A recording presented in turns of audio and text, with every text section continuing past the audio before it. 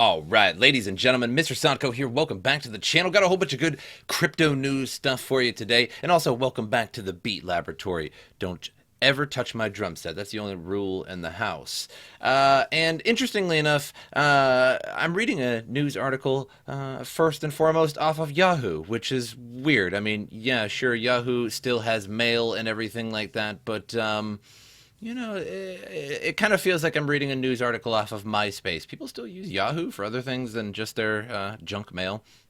Interesting. Well, anyway, Craig Wright is required to produce records of Bitcoin ownership by May 15th in the multi-billion-dollar Kleiman case. So the United States District Court of Southern District of Florida issued an order on May 3rd on Craig Wright's motion regarding the production of a list of public addresses of his Bitcoin as of December 31st, 2013. So the Kleiman versus Craig Wright lawsuit continues, and it will start occurring, I think, this summer. I think like June or July that the actual trial is going to take place.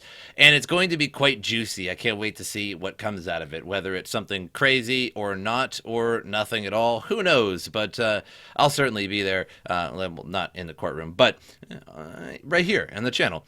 So the court order in the case of the estate of Dave Kleiman versus Craig Wright was in response to the following request from the Kleiman estate. The plaintiffs asked the court to order the following additional discovery, which is number one, make Dr. Wright produce the list of Bitcoins owned as of December 31st, 2013.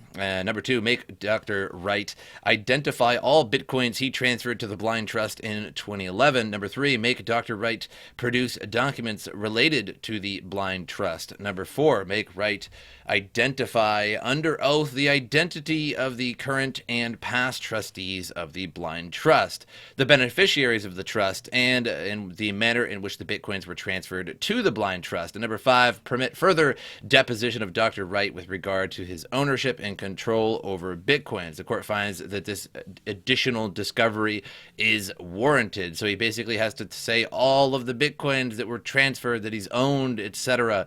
Basically has to produce all of his old Bitcoin addresses and what was in it and the transactions that went in and out of them. And what was actually interesting, if you have been watching my channel for a long time, it was no more than 2-3 months ago, I read an article where somebody was mysteriously, anonymously asking on the Bitcoin forums if they could actually purchase people's old Bitcoin addresses that were previous to 2013. So anything that was very, very old, and it didn't have to have any Bitcoin in it. They just wanted the private keys to those addresses and were willing to pay something like $5,000 for these. And everybody on the forums replied in the comment sections, "Oh, Dr. Wright, everybody thought it was him, whether it was just somebody, making that up or just a coincidence, but quite the coincidence indeed that he has to produce all of these documents of all these different addresses before 2013 or so, and or around 2013. And somebody's trying to buy old Bitcoin addresses. I don't know. Is there a correlation there? Well, I don't have any evidence of that, but kind of a coincidence indeed. The sui sponte, or spontaneous, sua sponte, I think, or spontaneous, Latin, order means that the court is not moved by Wright's argument that he cannot obtain the information which he claims is controlled by a blind trust. As a result, the court required that on or before May 15th at 5 p.m. Eastern Time, Wright shall produce all transactional records of the blind trust, including, but not limited to, any records reflecting the transfer of Bitcoin into the trust in or about 2011. The production shall be accompanied by a sworn declaration of authenticity. At issue in the lawsuit is the Kleiman's estate claim that Wright misappropriated billions of dollars of Bitcoin, 1.1 million BTC, which is what is said to be in some of the older wallets, but still a lot of BTC, through a complicated multi-year partnership earlier this decade with Kleiman himself, who is one of the proposed Satoshi group members.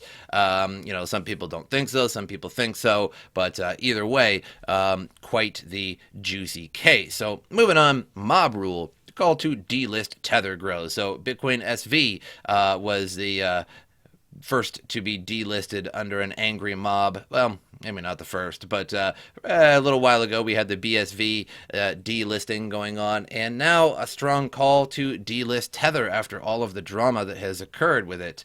So the story so far is that the payment processor Crypto Capital Corp seizes and safeguards. How is that the same? How is that synonymous? That's not synonymous. Seizes and safeguards, I mean, I guess you could put that together, but that's kind of like oh, I went out and did a wild crime, and the government seized all my money, but they safeguarded my money. Is that the same thing? But anyway, the 850 million of Bitfinex funds. I have to digress on that one. Bitfinex takes an interesting interest-bearing loan from affiliated stablecoin Tether's U.S. dollar reserves to plug the gap. Bitfinex uses stock to secure the loan, although this means Tether's no longer 100% U.S. dollar backed. So it's official now. Like it's not like people are like, oh well, it's backed by loans and other collateral after it was supposed to be one-to-one backed. Then it changed and they were just like, well, you know what? It's not like one-to-one. So basically, like Bitfinex and others were like, hey, we got all this Tether that's one-to-one backed, and it's not really serving us as much as we want it to, and it's burning a hole in our pocket. Let's send like basically $1 billion all across the world to a bunch of banks that are going to safeguard and seize our money. So I mean, or you could say seizes and safeguards, because of course those terms are completely synonymous and mean nothing nefarious whatsoever when your money gets seized, because if it gets seized, it's safeguarded. Remember that. New York Attorney General, this was so ridiculous. I can't get over that. Seizes and safeguards. Anyway, New York Attorney General accuses Bitfinex and Tether parent company iFinex of a cover-up. In the Bang for Blood crypto mob discovers Tether is only 74% cash-backed and loses their minds. So you're not on delist, you can't come in. So what the real story was needed was a few rabble-rousing villagers with pitchforks and torches to rid the town of the evil. And there's no better way of gathering those than posting a charged and slightly leading call to action on Reddit. Of course there isn't. Good old Reddit. There you go, perfect. No need to detail Tether's vast negligence, simply claiming it will convince most folk, especially with the current bad press. Seed of mob planted, just sit back while it gains momentum. So, here's the problem that I see, though, with delisting Tether. Everybody would have to get their US dollar back, or fiat, or euros, any kind of fiat back for that, because if you just suddenly delisted Tether, that means that some people are going to be holding nearly $3 billion worth of Tether that's in circulation. And you might say, well, just get rid of your Tether and buy Bitcoin. The problem is, by buying Bitcoin with your Tether, you're selling your Tether to somebody else, and they're giving you their Bitcoin. So you just essentially hot potatoed it to somebody else, and, well, good for you, but unfortunate for that other person who's going to get it delisted. I guess in the case of BSV as well. So Swiss crypto exchange Qfinex then bought into the argument wholesale, announcing the delisting of Tether. Even CEO Brian Armstrong gave the campaign some early credibility, with confirming that Tether's not fully collateralized. My hope is that the industry graduates to more trustworthy stablecoins. Well, if I were you, Brian Armstrong, I would say that too, with the whole USDC thing on Coinbase. But fair enough. Well played, Brian Armstrong. Following Binance's delisting of Bitcoin SV, many were questioning why CZ didn't step in and act as judge, jury, and executioner. I promise I could talk today. Against Tether. So now whatever you may think of Tether, let's examine the last idea. In general, someone with the power of judge, jury, and executioner is considered to be a bad thing. A very bad thing indeed if you care about justice in any way with the crypto industry. And I guess I can agree with that to some degree. Now, I don't think many people like Bitcoin SV. Has anybody ever used Bitcoin SV for an actual transaction to buy something? Probably not, or at least very, very, very few people. So for CZ just to say, okay, well, Craig Wright, you're being a douche, we're going to get rid of Bitcoin SV. Is that really how we want crypto to act? Well, some people would say yes, others would say no. So there is a big problem with Tether at the moment. And, you could see it on Bitfinex. Again, the past couple of videos I've talked about this. On Bitfinex, the price of Bitcoin is way higher than most other exchanges. And that's because nobody in their right mind is putting anything on Bitfinex to trade and arbitrage that down, because normally there would be arbitrage if one exchange is really high and one is very low. People are going to be buying it on the low exchange, which is going to raise the price. And then people are going to take that Bitcoin and put it on the exchange with the high price and then sell it, which is going to lower it. And that always kind of fluctuates. That's why you always see exchanges with slightly different values, but they never get too ridiculously far from each other, kind of like Bitfinex is right now. The problem with Bitfinex at the moment is that people have Tether, and the only way to get it off, because Bitfinex doesn't seem to be giving people their US dollar and sending the money to the bank account, people are having a big trouble with that. The only way to get it off is use your Tether to buy Bitcoin, which raises the price on that isolated exchange, and then you take that Bitcoin and you take it off of the exchange. So again, even with delisting Tether, that's not going to solve too much of a problem immediately. Maybe further down the road, things will even out. Eventually, the waves will start to even out and become flat again. But again, if you just remove Tether, that's $3 billion that a lot of people are holding, of course, collectively, all of a sudden now you're not going to be able to buy anything with it. All your Tether is gone. So if they don't replace it with fiat or something else, that's a problem. And I think we're going to get to that in a little bit here. In fact, you know what? Why not just let's skip to that one right now. So Bitfinex is trying to do a $1 billion token sale, an IEO, on Bitfinex. And they're looking to accumulate $1 billion. And people are like, well, that's going to be covering up that $850 million loss. What a coincidence. Now, if you don't know what an IEO is, it's basically an ICO, but on an exchange, an initial exchange offering. And you go onto the exchange right when it's ready, and you buy as fast as you can, and they usually sell out in 10 seconds. And then sometimes they go up in price, sometimes not. So the cryptocurrency to trade under the token ticker symbol. Talking today, why is that? That's incredibly hard. I guess I got to get my bachelor's degree in talking. Will enable users to receive discounts on trading fees when swapping between cryptocurrencies on Bitfinex exchange. And it's two cryptocurrency specific exchanges, Ethfinex and EOSfinex. So basically, the LEO token is Binance Coin. So you're going to be able to, swap between different cryptocurrencies with it. Okay, that's Binance Coin. Okay. And then receive discounts on trading fees when trading cryptocurrencies with LEO. Binance Coin again. So it's the same thing. So now I don't have a problem with an exchange putting a coin on their exchange that would swap between this. Binance Coin does have its uses. Some people like it, some people don't. Is it like a real cryptocurrency? You can't even really take it off the exchange. So that's, or at least not many. And can't really send it around too much. Just pretty much use it on Binance. Now, all good, but that seems to me like they are getting ready to have Tether either collapse or just replace it with this coin.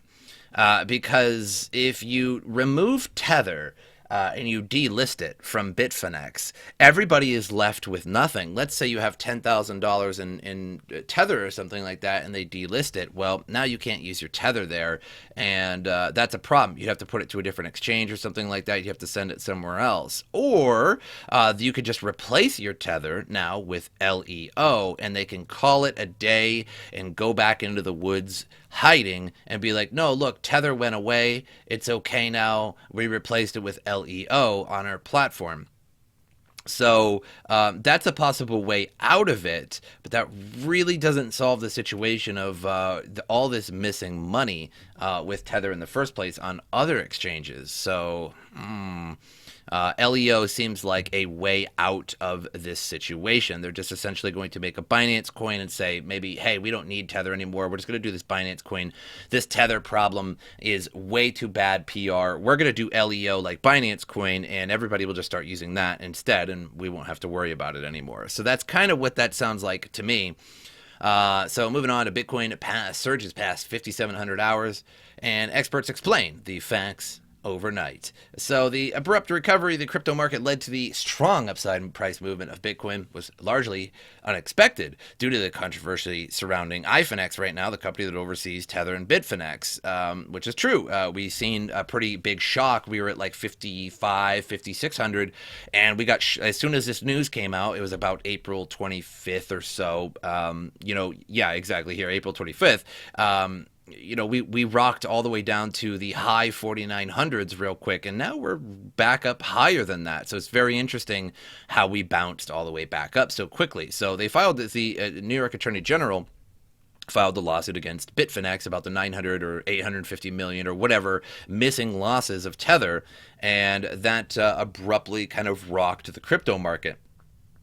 So, in an exclusive interview, Crypto Rand, a widely recognized cryptocurrency trader, technical analyst, yada yada, said that the upside movement of Bitcoin and the rest of the market may have been simply technical. According to the analyst, through the past 2 weeks, technical indicators are pointing toward a bullish momentum for Bitcoin. As the market recovered fairly quickly from the Tether scandal, it boosted the confidence of existing investors in the market. And I sort of agree with that. But another thing that I want to talk about that's sort of that wasn't really necessarily mentioned here was the fact that everybody's dumping, everybody's dumping Tether. So are the news supposed to pump or dump Bitcoin? It's bad news, but if 2 billion US Tether gets exchanged to Bitcoin, it actually increases its price. What a predicament. So basically everyone's dumping their Tether and pouring it into Bitcoin, then taking that Bitcoin away and bringing it to other exchanges. So there's just a lot of bullish buying right now. So are we going to last in this bullish movement here? So some people are saying, like 6,400 would signify the beginning of the new bull market. And I sort of agree with that. If we can really break over that 6,000 range, it's going to be looking pretty good for a while. But are we going to do that? So that's the thing. It's just like right now we're being fueled by this massive dump of Tether and pouring it into Bitcoin. And we're also being fueled by the fact that people are seeing a higher average of Bitcoin right now, like 5,800. It is not 5,800. So let's just take a look here real quick on CoinMarketCap. So it's not 5,800 in most places. It's more like 57 or 56. It is fluctuating pretty wildly, but you can see some of the higher prices here. Like Bitfinex is 6,000, right? So this says 5,790, but on Bitfinex it's 6,000. So all these like Tether places, they're just pumping it super hard because they're trying to get it out of there, and they're trying to get it out of Bitfinex. And, so it's sort of a temporary pump, and I hope it's a long-term pump, of course, but I am a little bit skeptical of how long that's going to last. So that's just about what I have for you at the moment. Also, the latest one I have is that Bitfinex should be made to disclose Tether deal documents from the New York Attorney General's office. So this is the latest event on the whole Bitfinex dealio. So New York prosecutors have struck back at cryptocurrency exchange provider Bitfinex, telling a local court they believe the company should be made to turn over all documents outlining a nearly 900 million line of credit offered by stablecoin issuer Tether. So why were they issuing these coins anyway? Are they not making enough money with their exchanges and stuff by just simply having a 1-to-1 ratio Tether to US dollar sort of situation to allow people to trade like this and maybe make money by listing it on other exchanges?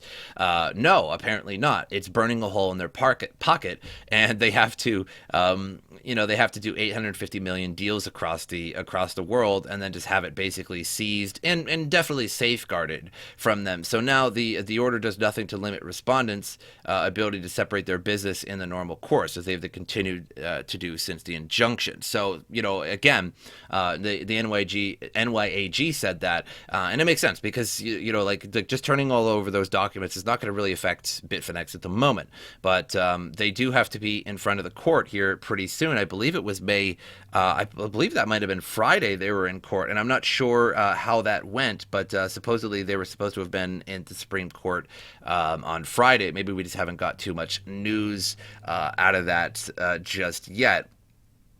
But Yeah, I can't wait to see where this goes. Maybe it's just all going to blow over and absolutely nothing is going to come from this. And it might just be like, hey, shouldn't you be audited like a couple years ago? We're like, hey, shouldn't you be audited? And they're like, no, we fired our auditor.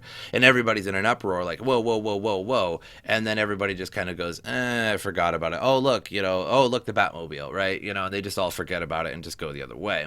But we'll have to see. I'll keep you guys updated on that. Very excited about the Craig Wright case and this whole bitfinex problem that's going on right now. And I think it's kind of helping the price of Bitcoin at the moment. Now, the other day, yesterday on CoinMarketCap, I was saying that there was something a little weird, a little anomaly with the with the altcoins at the moment.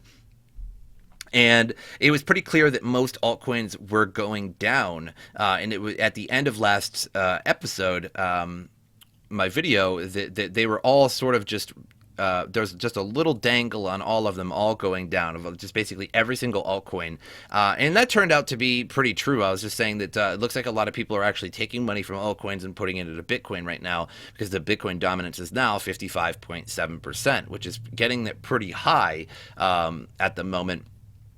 And so it does look like that's the case. We can see a lot of red across across the whole spectrum, and Bitcoin not losing very much along with everybody else. So how long is this going to go on is the question. And we're starting to lose a little bit of steam with Bitcoin. As you can see, we have been going up since this whole tether debacle. And if you just put it back 7 days, this whole tether debacle, and then then we sort of dumped a little bit. Maybe bring it back a month, and we can check on that a little bit more again. So about April 25th, that news started to come out, and a little bit before it too. And we really got rocked down to, this is a little higher average, but I remember on like Coinbase, it was like a high 4900s. And now with everybody trying to get out of Bitfinex, you can see it going up. And are we going to be losing steam after this or not is the question. So make sure you guys are just watching the markets. Make sure you're watching where this is going and what's going to happen. Who knows at this point? Wild world of crypto. But that's all I have for you guys today. Make sure you subscribe to the channel, like the video. That helps me out a lot. My social media down in the description below. Follow me on that if you get the opportunity to do so. But I hope you guys enjoyed it, and as usual, I will see you guys next time.